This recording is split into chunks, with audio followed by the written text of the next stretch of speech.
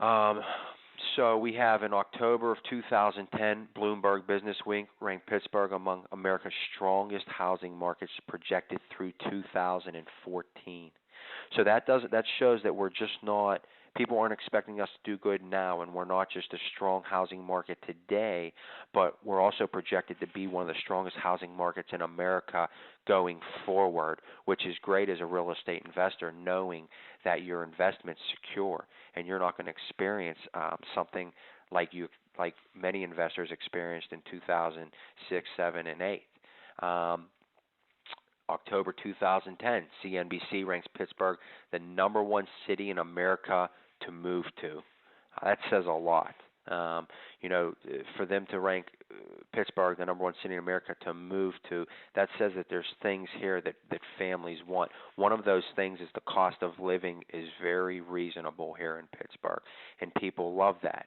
And that allows people to be able to afford the places they live in, including your place, which means low tenant turnover.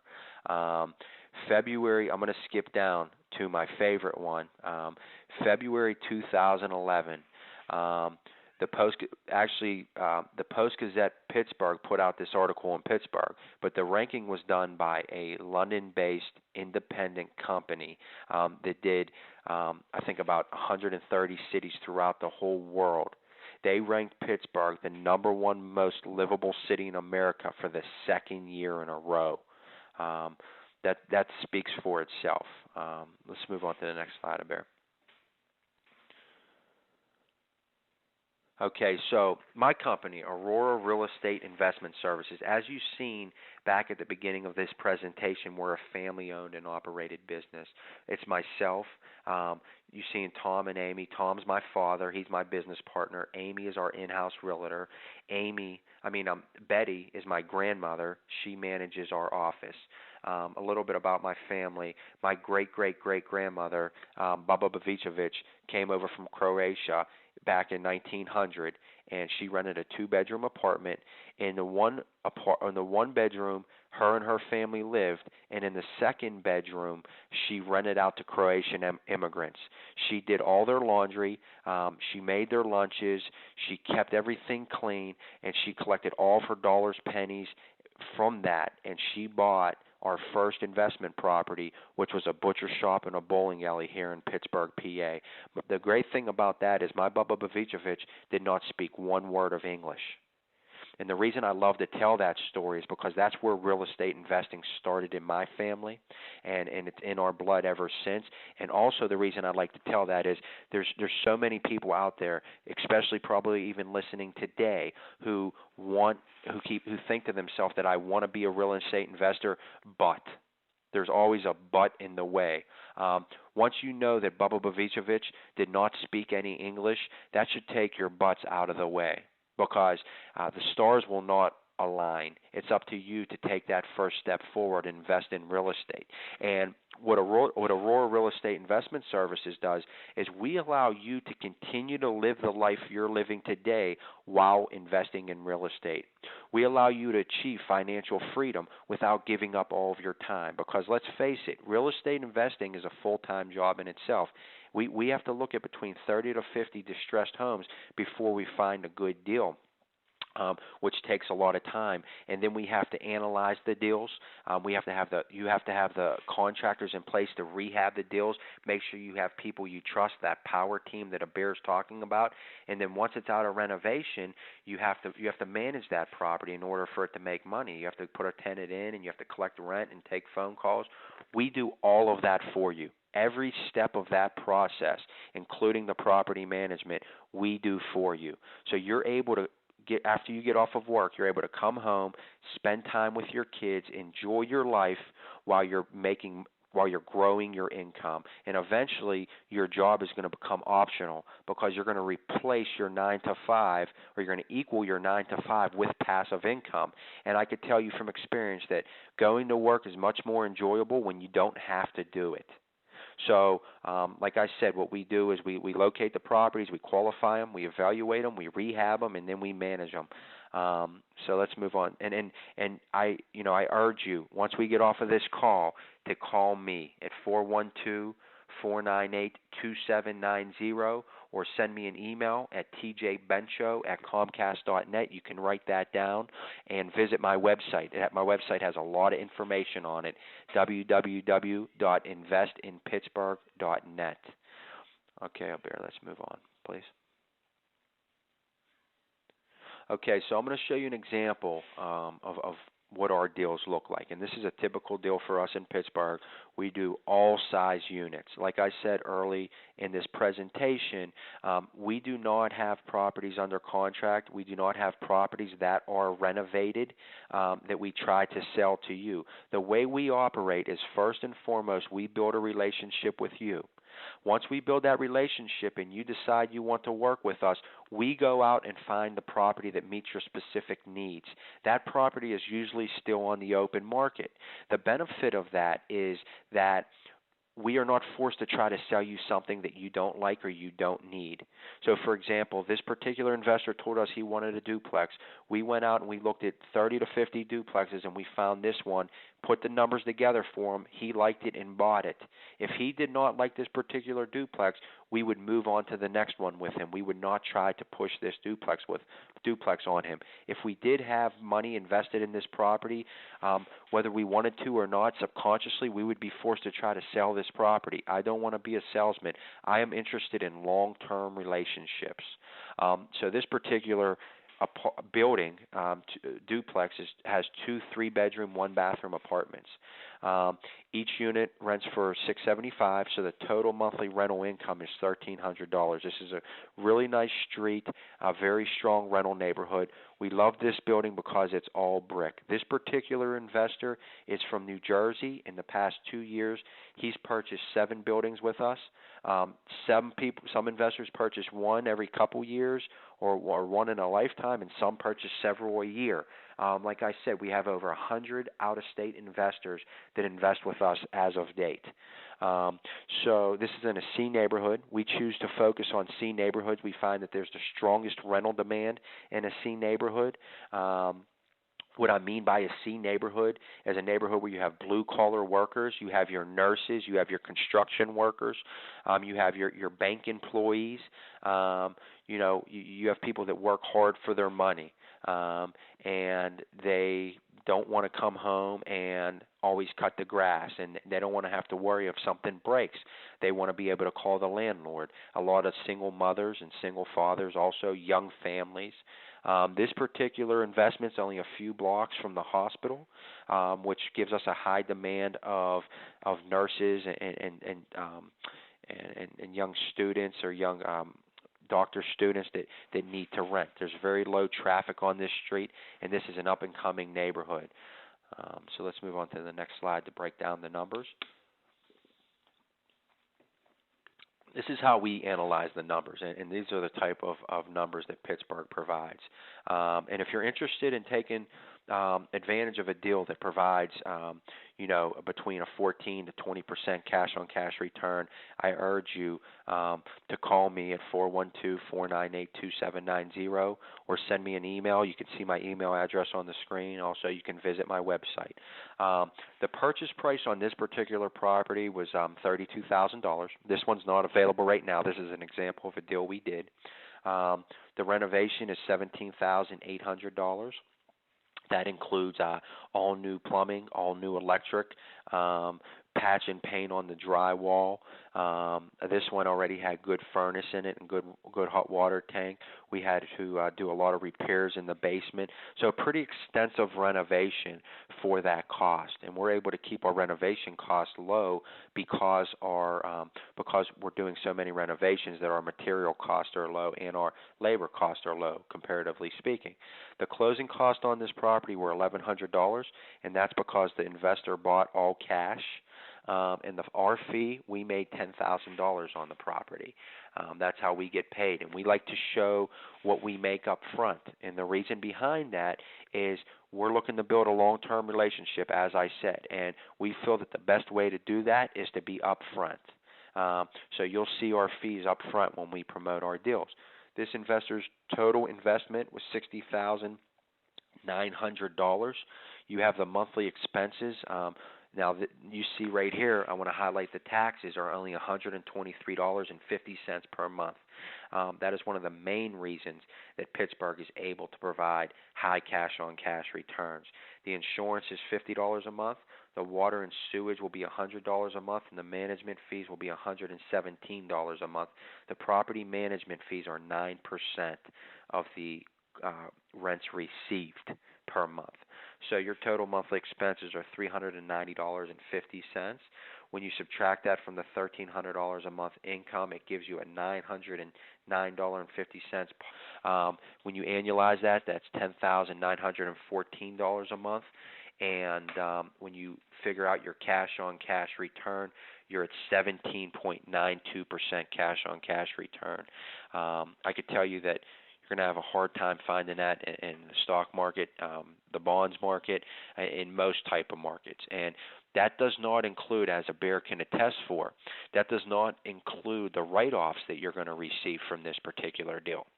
I don't normally factor that in. I let you work that out yourself. But the write-offs also save you a good deal of money over time. And to note, you will have this property paid off in about 5.5 years.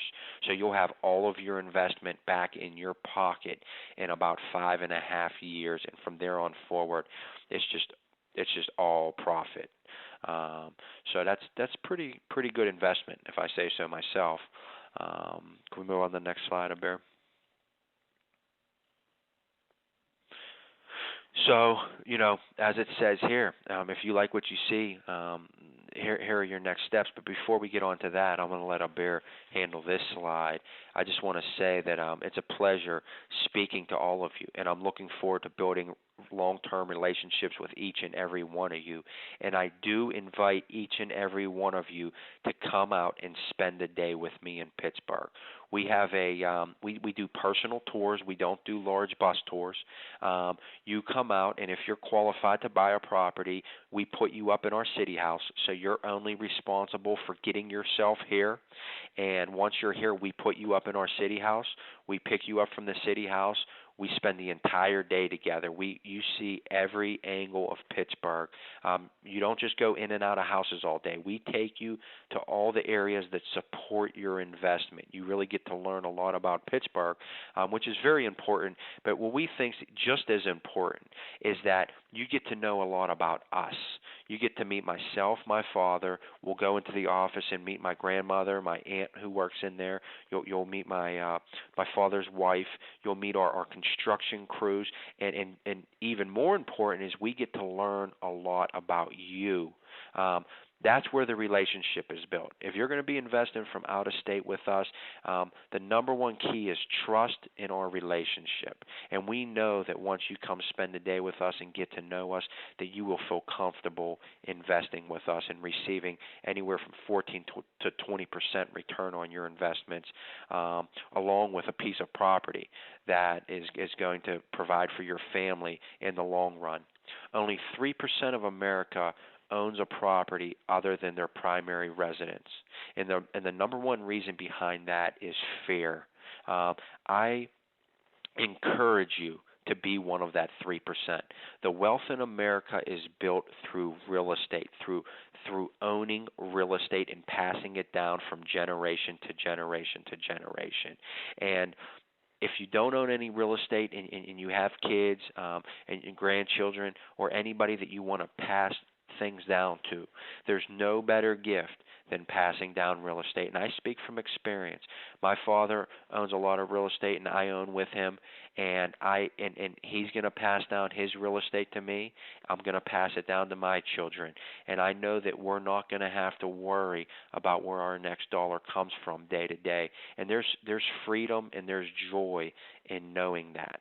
So go ahead, Bear. You want to take it away?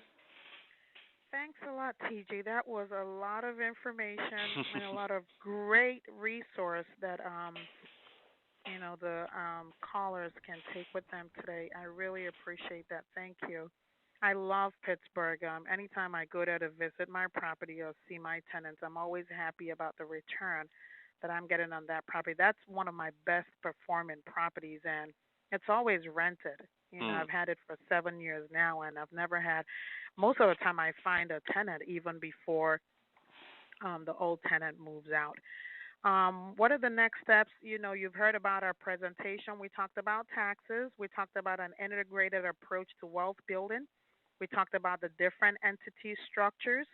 We talked about investing with a specific emphasis in Pittsburgh. We talked about senior real estate as a business. We talked about audit protection. We gave a lot of information on this call. If you want any one of us to contact you, please type in the question box. Please contact me at a good time when we can reach you. If you have any other questions, start getting your questions ready because I'm going to open up the line for questions. We offer free tax and entity structuring consultation. Feel free to give us a call at 1-888-502-3767 or visit us on our web at wealthbuildingcpa.com or shoot us an email.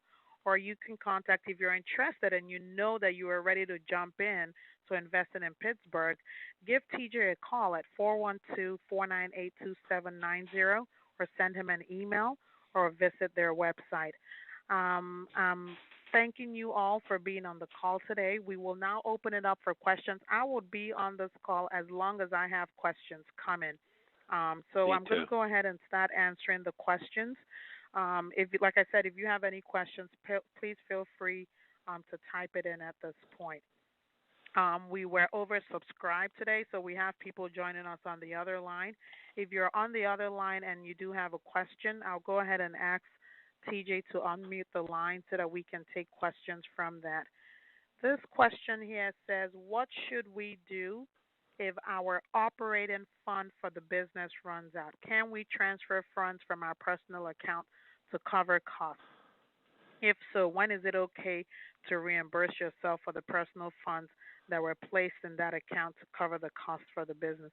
I think this is a great question because 90% of the time we are the ones that are funding our business.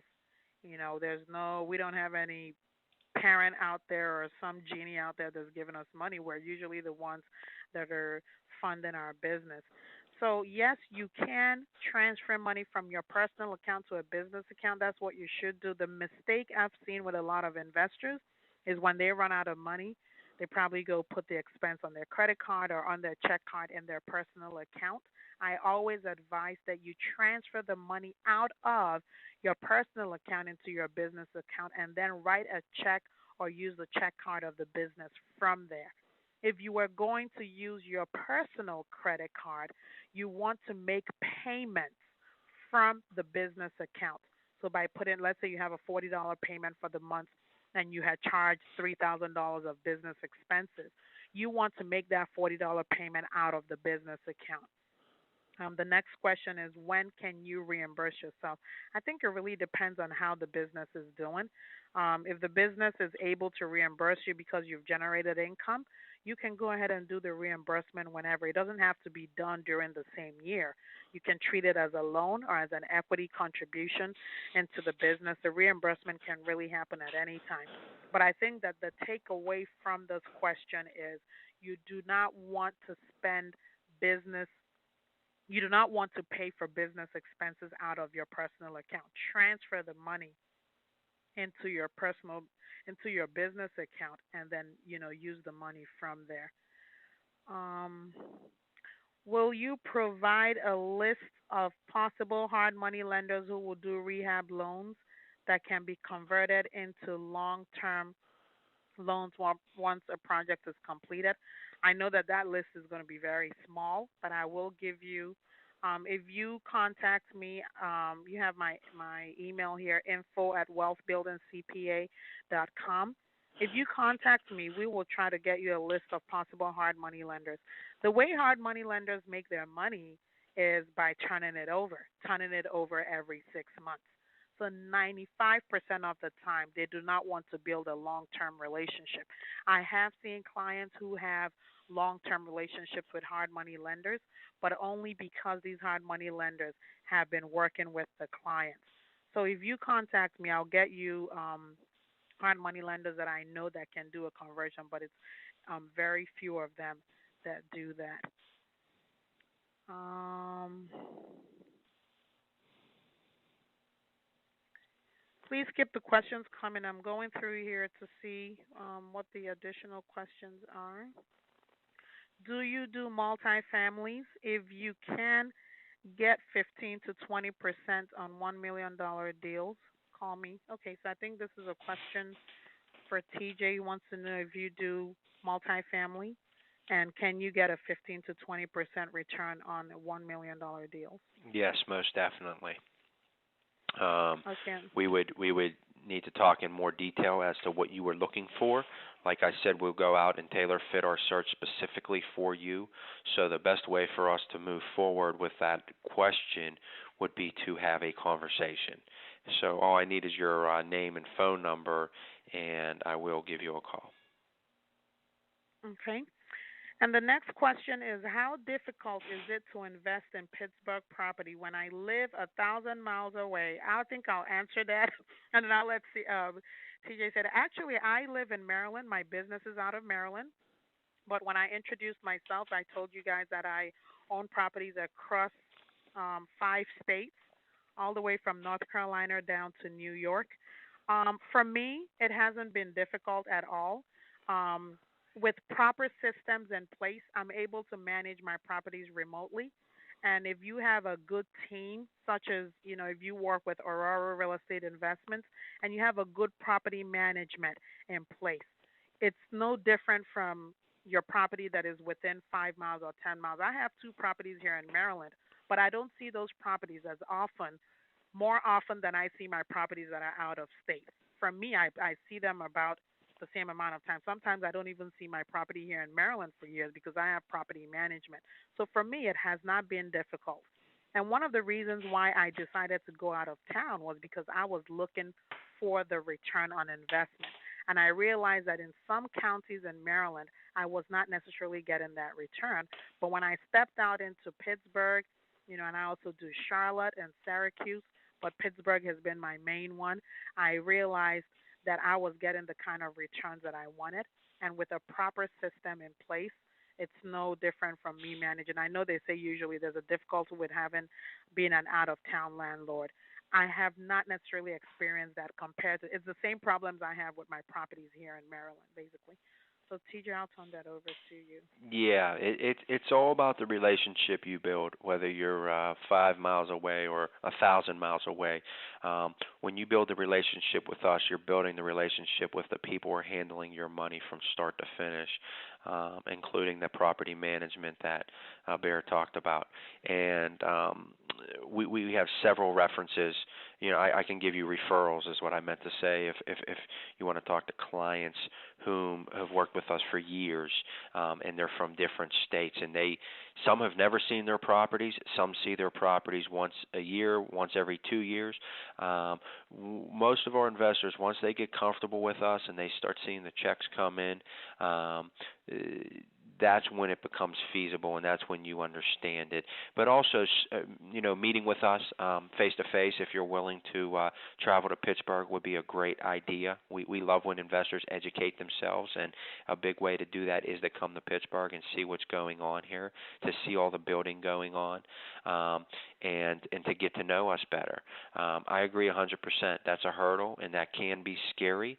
But what you have to ask yourself is, am I willing to sacrifice return on my investment in order to invest 5 minutes away? I know a lot of investors, especially new investors whom I meet in the D.C. area and in the New York area. They start off by saying they want to invest in their backyard, but then after looking around and finding that the property taxes will eat their cash flow alive, and their rent will basically just be breaking them even, or they'll be negative, or maybe $100 a month positive cash flow, then they give me a call. You can go to my website or email me, and I can add you to my mailing list, and you can start to receive material from me on a regular basis, and you'll start to see what type of properties we have and what we do. Also on my website, there's a properties tab that you see prior deals that we've done and current deals that we've sent out. You'll see the type of returns that come along with that, and you can also see testimonials on my website. These are the types of things that build confidence in working with me. And that, to answer your question in the long term, is what I just did. The way you bridge that 1,000-mile gap is with trust in relationship. Yeah, and I think that's a very important thing. I wanted to highlight that if you're going to succeed in real estate, you definitely want to make sure that you have a strong team. You cannot do it alone. Even if you're investing in your backyard, you still need a strong team. Like I said, I have properties here that are 15, 20 minutes from where I live. I don't necessarily see those properties any more than I see my properties that are out of state. And the best way to learn about real estate is by doing it. There's no amount of talking on the phone and wondering and concerns. But if you out there networking, meeting people, going to club meetings, and talking to people that are actually doing it, like I said, I'm a live testimonial. I have about 11 properties of my own, and only three are in my state. So I can tell you that over the last 11 years of me investing, having a property outside of state has not been a problem. Are there challenges overall with being a landlord? Yes, but it's not necessarily any different from the regular challenges that you have in running a business or living your life. It's not, you just find a way to solve that. Hmm. I do see um, more questions coming, so we're going to move on. Can you use your car as a business expense? Yes, as long as you can establish that the use of your car is ordinary and necessary in the business. Um, I've heard most people say, "What if I put my car in the LLC, does it make all the expenses deductible?" No, you will still have to use business use percentage. How often do you use it for your business? Usually we use, the mileage log. You want to maintain a mileage log to show the business miles, and that's actually what you can deduct. Just because you put your car in an LLC does not make all of the car expenses deductible. You only want to deduct the portion that relates to the business. I think Candace here had a follow-up question. One of the questions that she asked is, earlier I said an LLC should file using a K1. What is a K1? I'm sorry, guys. I'm starting to talk my CPA lingo. Just like you get a W-2 from your job, when you file a partnership or multi-member LLC return, which is a 1065, the individual tax return is a 1040, the partnership tax return is a 1065. When you file that return, you get a K1, a form that is called a K1, and that form contains all your income and deduction that would go on your individual tax return. Just like you get a W-2 and it reports how much you made, your tax withholdings, and that's what you use to file your tax return. You get a K1 from your business, and that form is what you use um, to file a tax return. Is it terribly difficult to set up an operating agreement? And is it really necessary, especially for a single member LLC? I'm jumping up and I'm saying yes, yes, yes, yes, yes. It is very necessary. You want to have an operating agreement simply because that's the only document that shows how the business will be operated. Let me tell you for IRS purposes why you need to have an operating agreement. If you go out there and you spend, let's say, $3,000 on a coaching program, and you don't have it in the operating agreement, that the business will reimburse you for education that makes you a proper manager of the LLC. If you get audited by the IRS and there's no document showing that you are required to take that course, the IRS will consider your boot camp or training as professional development. And professional development expenses are not deductible. So you want to have an operating agreement not just for legal protection, but also for IRS audit protection. And if you're a single member, you also need to have an operating agreement because there it spells out exactly what you need to do. Another example is what your investment intent is. Sometimes the IRS will come out and say because you're a rehabber or because you're a wholesaler, they automatically consider you a dealer, meaning that every property that you sell, you have to pay self employment taxes on it. Well, if your operating agreement, even before you start, states your investment intent, that is a strong win if you ever have to deal with the IRS. So for me, the two major reasons for having operating agreement is IRS audit protection and legal protection. We use a 121-page operating agreement for our clients. I know some people think it's crazy, but we have as much information. We do adequate research, and we have as much information in there to make sure that our clients are protected. Like I tell people, operating agreement is like an insurance where you hope you don't have to use it.